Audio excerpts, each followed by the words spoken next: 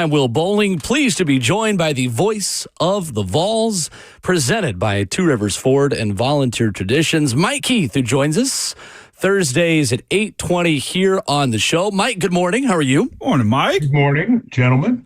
Nice to be with you. You as well. This video of you and Ramon Foster dancing while Brad Willis is going through logistics as being a radio professional. One day, Mike, you guys are going to have fun on these broadcasts. Clearly, just having no fun at all. What feedback have you received about your dance moves that Ashley Farrell made sure were over the internet over the weekend? Yeah, I want to thank Ashley Farrell for working her last game here at the University of Tennessee. She's been a great part of what we've done here through the first 8 games, and want to wish her well as we're going to put her on the Brian Kelly train. Whoa!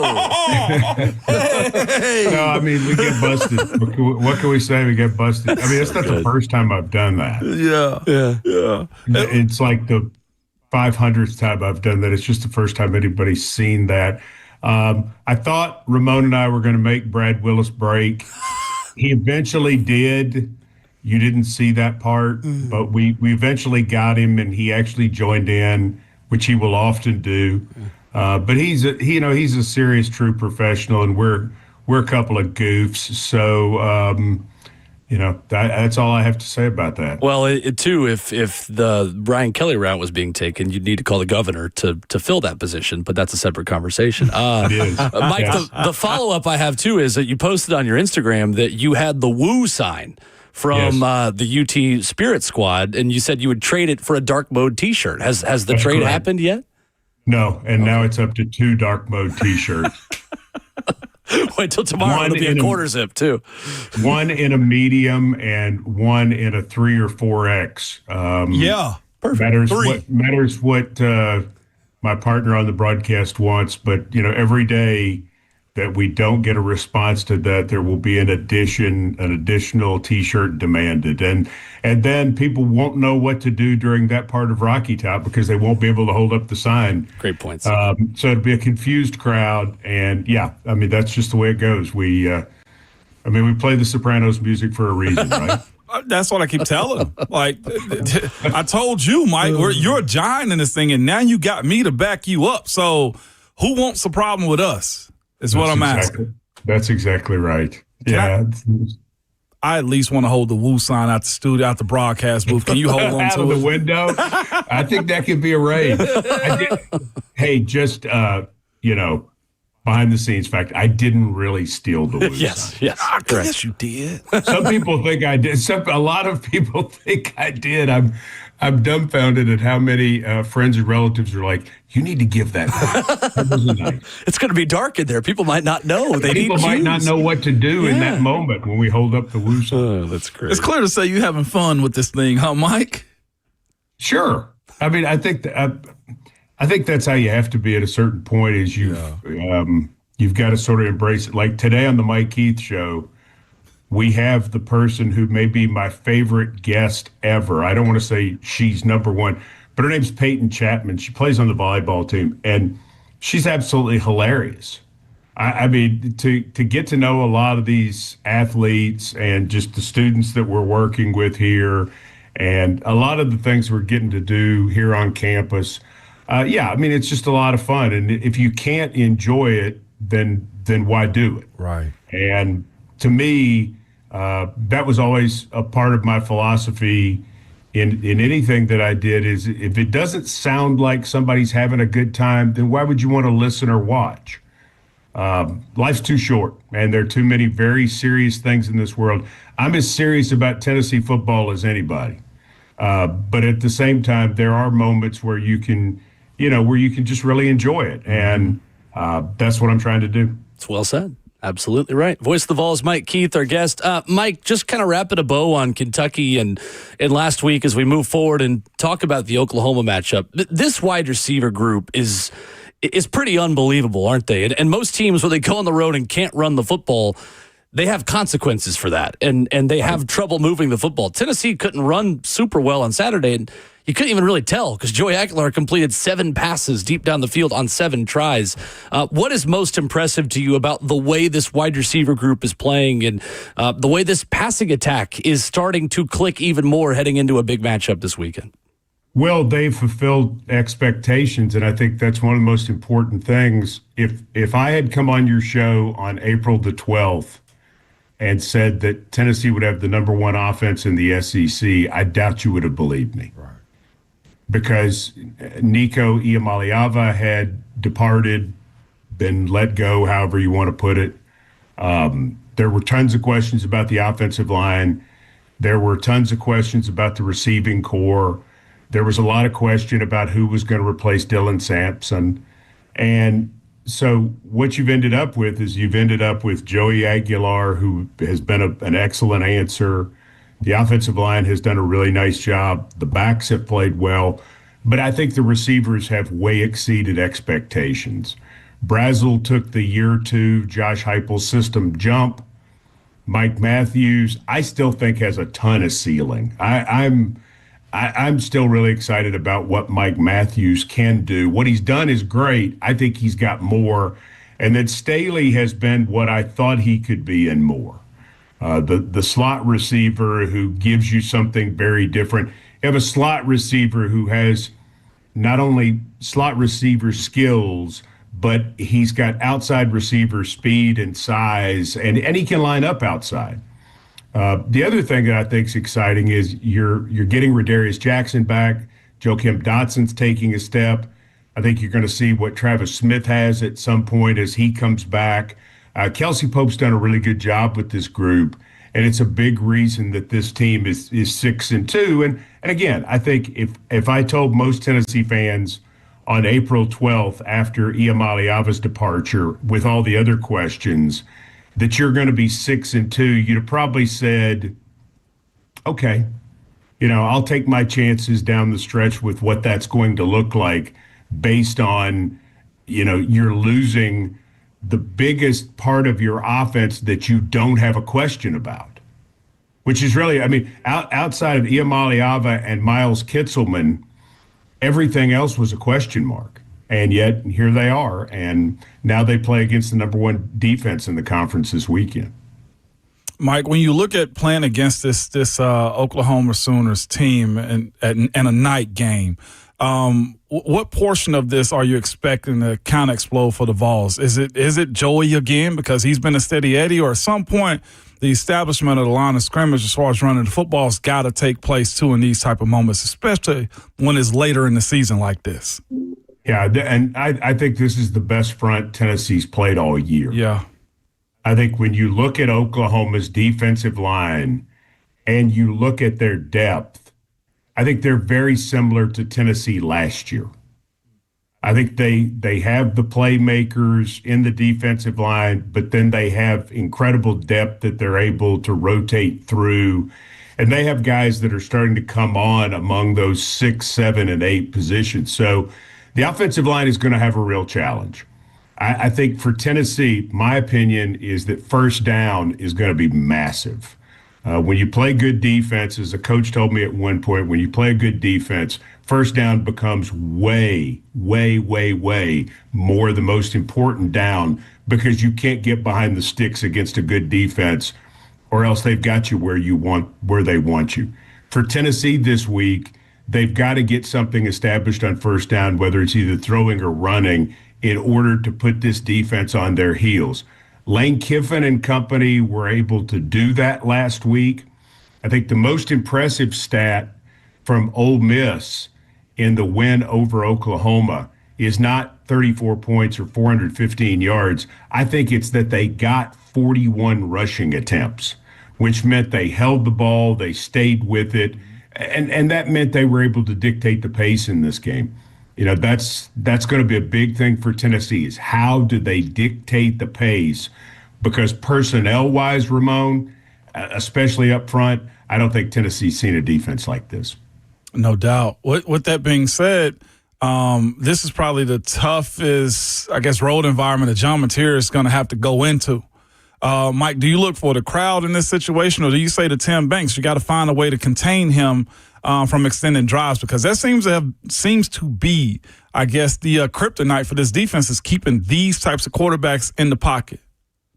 Well, a couple things. Brent Venables has never been here. Oh. In what has been a very, very good coaching career as an assistant and now as a head coach, he's never been here. So he doesn't know quite what this is going to look like. He certainly does not understand what dark mode is going to look like. and I'm not just talking about the fact that Tennessee is coming out in the black uniforms, the all black uniforms. This will be the fourth straight year that they've done it. And I think Kentucky on 2 occasions and South Carolina on the occasion they experienced it will tell you that it is different than coming to Neyland Stadium at any point for a night game or whatever, because this is a thing.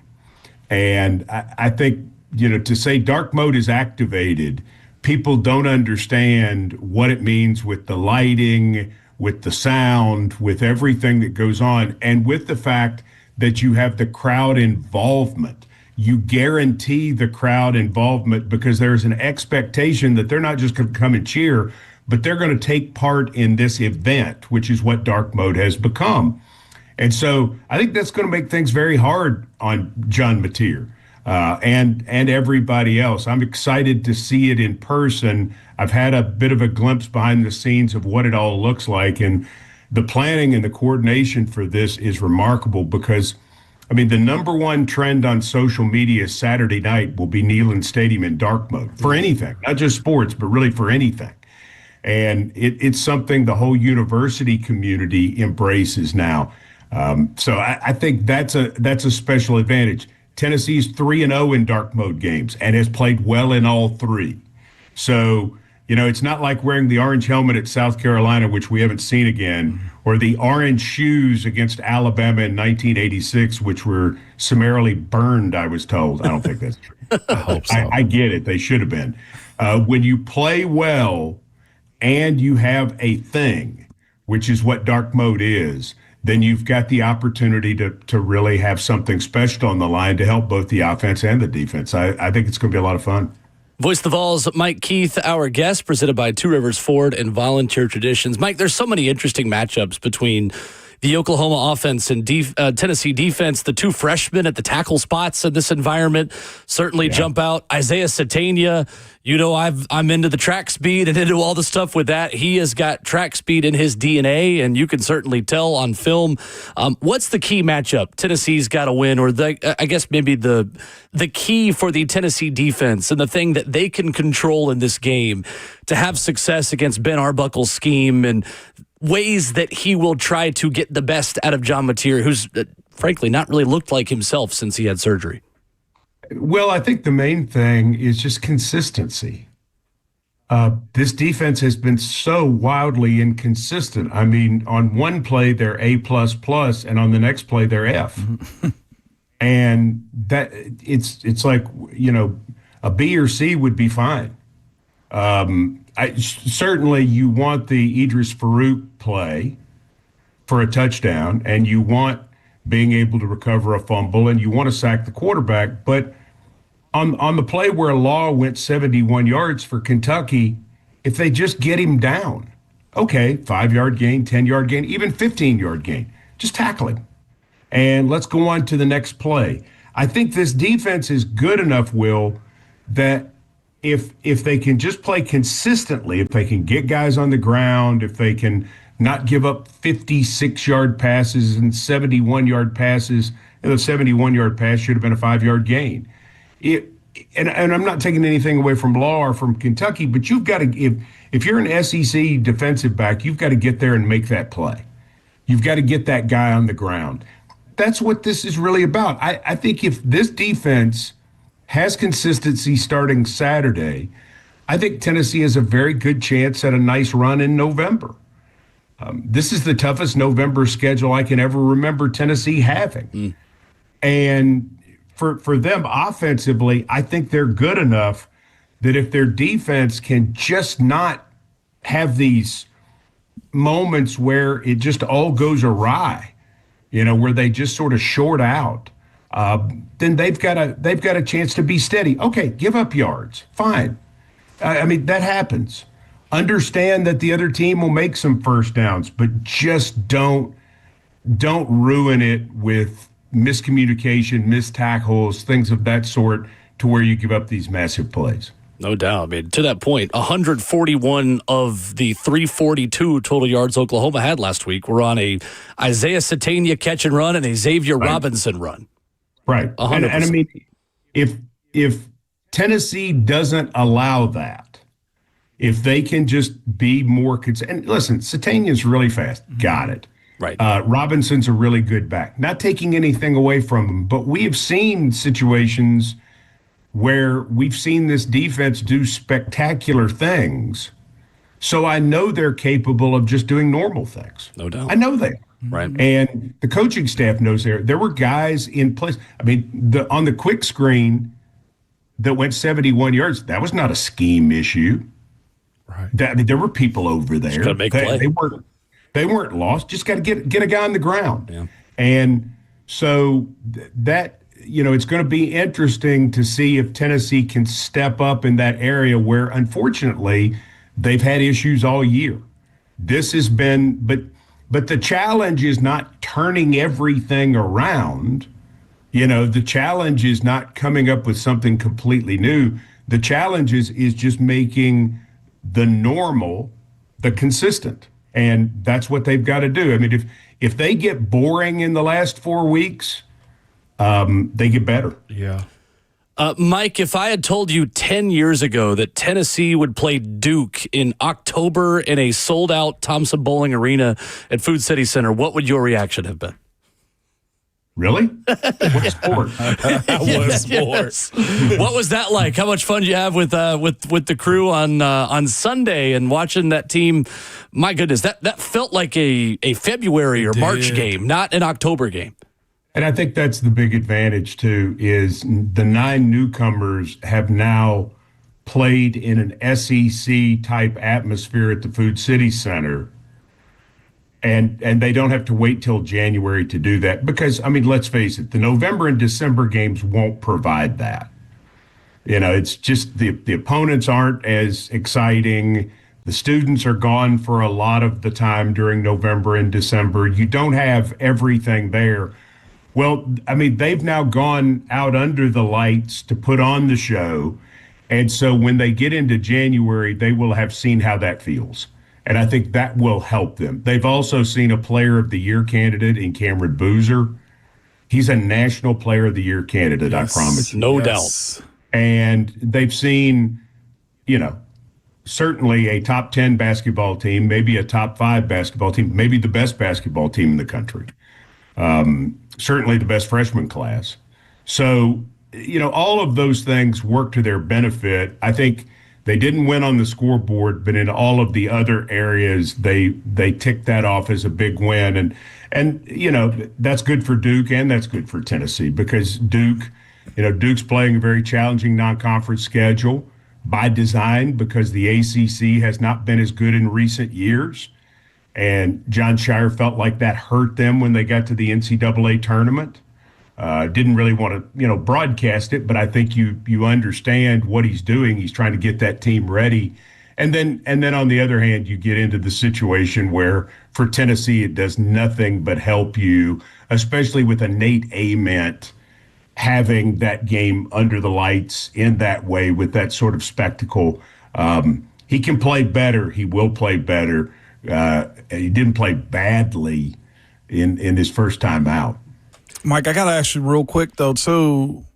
We ain't talk about it because you told me to tell everybody it wasn't Ron Slade, but how did you get to Chris Lofton? It's funny. A couple people in the athletic department have stayed close with him, Jimmy Delaney in particular. And Jimmy Delaney made the contact because I certainly know Chris. My son had a Chris Lofton jersey, still does. Me too. He's the man. And they reached out to him, asked him if he wanted to get involved with this. He'd never really done basketball before. And I said, hey, me too. we're working him in. I'm excited about having John Wilkerson as part of the broadcast. Yeah. Excited to have Steve Hamer doing some things with us too. But to have CeeLo say, I want to do it and be around the program, to know how excited Coach Barnes and everybody with basketball was about getting him. He's going to work his way in. I think his eyes were open the other night about how everything sort of fits together. Yeah. And he got a lot stronger as he went in the second half. He's like, hey, this is not hard. I'm like, it's the story of my life. It's just, Amen. it really is. I mean, you're watching ball and you're talking like you're watching a game with a bunch of friends. And he started to explain some things and get into some philosophy. And I think we'll hear more of that as we go. But it's a really exciting thing to see Tennessee fans excited to have one of their greats back involved with the program on a game-by-game basis. That's cool. I love it. Voice the Vols. Ramon Foster and Jason Swain. That's absolutely right. And you can hear all of those voices. 4 p.m. Vol Network coverage begins versus Oklahoma this weekend under the lights at Neyland Stadium here on 104.5 The Zone. Of course, Mike, enjoy it. I know you will. Can't wait to listen. Looking forward to it. Thank you. See you this weekend, Mike. Dark mode activated. Yes, Go sir. Vols. Woo! Mike Keith with us this morning here on the show. We'll react to some of that. We will get to some of your thoughts. 615-737-1045. Wrap it up.